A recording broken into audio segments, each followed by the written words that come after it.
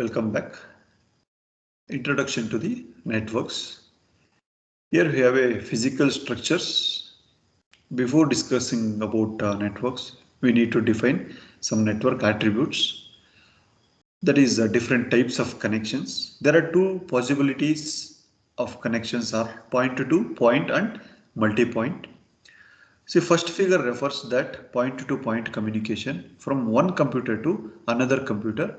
We are going to connect that connection. We can call it as a point to point connection.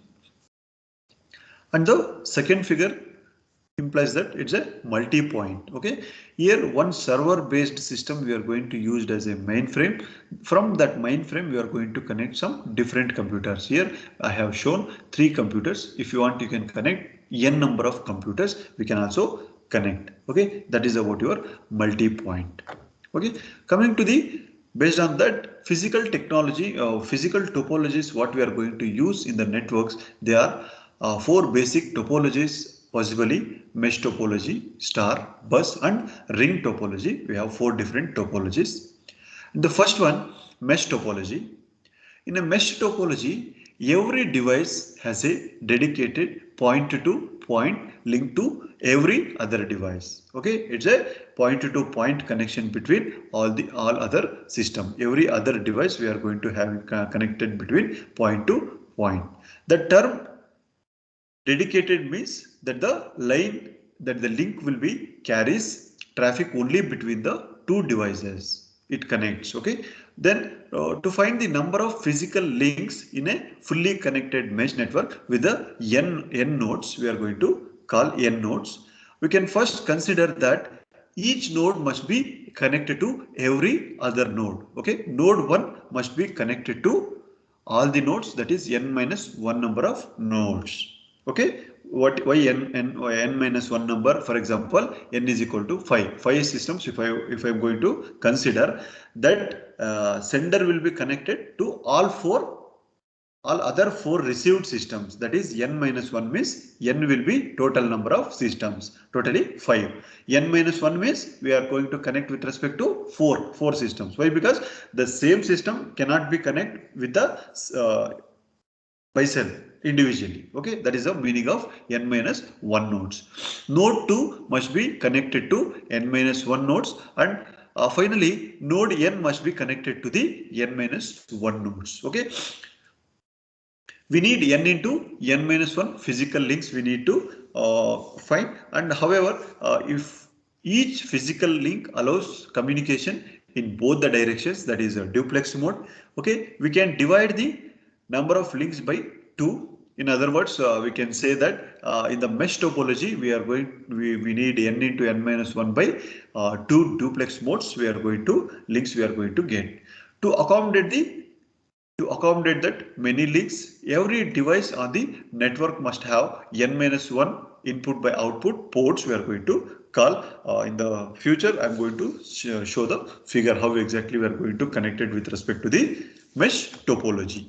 Okay, this is the figure. For example, n is equal to 5. Then it will be connected with one system will be connected with respect to the n minus 1. Rest of the 4 systems we are going to connect with respect to the each system. This system is connected with respect to 1, 2, 3, 4 systems. It will be going to connect, and each individual system it will be connected to individual 4 systems. It will be going to connect. Okay, and we have some advantages for a network topology. Are first will be the use of dedicated links, that is guaranteed that each connection can carry its own data load. Okay, thus it will be eliminating the traffic problem that can occur when links must be shared by a multiple devices. And the next one, a mesh topology is robust. Okay, if one link becomes unusable, it does not incapacitate the entire system. Okay, this is also another advantage, and there is a advantage of a privacy or security. Okay, when every message travels along a dedicated line, only the intended recipient sees it. Okay, physical boundaries prevent other users from the gaining access to the messages. Finally, point to point links make fault identification and fault isolation, easy traffic can be routed to avoid links with the suspected problems. This facility enables the network manager to discover the precise location of the fault and aids in the finding the cause and solution. Okay, this is one of the advantage, and some of the main disadvantages of a mesh topology are it related to the amount of cabling and the number of input output ports required. The first one is because every device must be connected to every other device, installation and reconnection are difficult. Reconnections and the installations are it's a very difficult. And the second one is it will be having bulk of the wiring can be greater than the available space. Okay, walls and ceiling or floors can it will be more, it will be accommodate more space. And finally, the hardware requirement to connect each link, that is input output and the cabling, can be prohibitively expensive. It's a more cost. For these reasons, a mesh topology is usually implemented in a limited fashion. Okay, for example, as a backbone connected to a main computer of a hybrid network that can be included as several other topologies. One practical example of a mesh topology is the connection of telephone regional offices, in which each regional office needs to be connected to every other regional office. Okay, this is one practical example for the mesh topology. This is about your mesh topology. Next, coming to the star topology.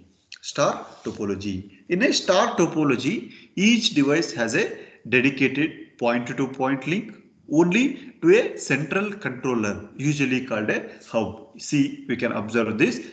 This is your central controller. We can call it as a hub. Okay, the devices are not directly linked to one another. Here, one computer is connected to other is not connected to the other computer. Computers are not connected individually. Okay, that there is no direct link between the computers. That is the meaning. Unlike a mesh topology, a star topology does not allow direct traffic between the devices. There is no concept of transmitting data from one system to other system directly. Thus, it will be connected through the hub itself.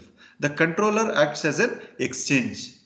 If one device wants to send data to another, it sends the data to the controller, which then relays the data to the other connected device. Okay, see the figure. If you want to transmit data from first system to the last system, the first system is connected to the hub. It will be going to transmit data to the hub. Then hub will be transmit the data to the destination, that is fourth system.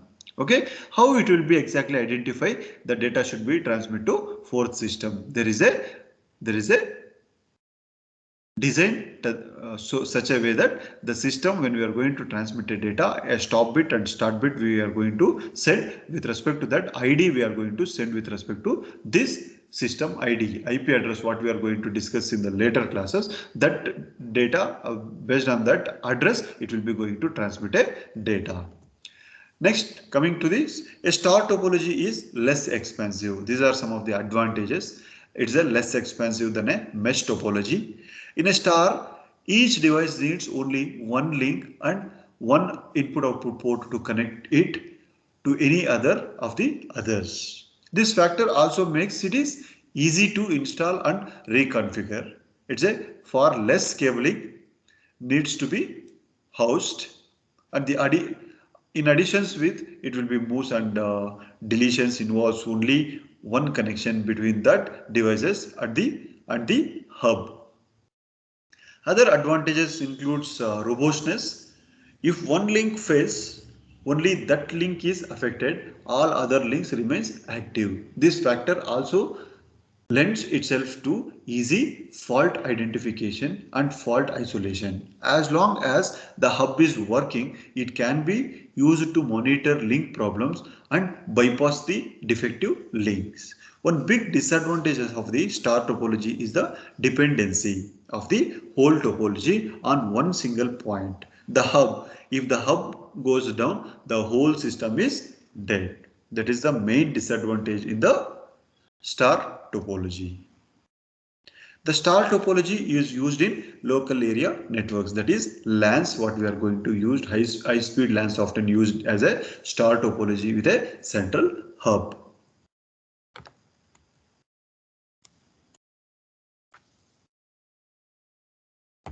This is about your star topology.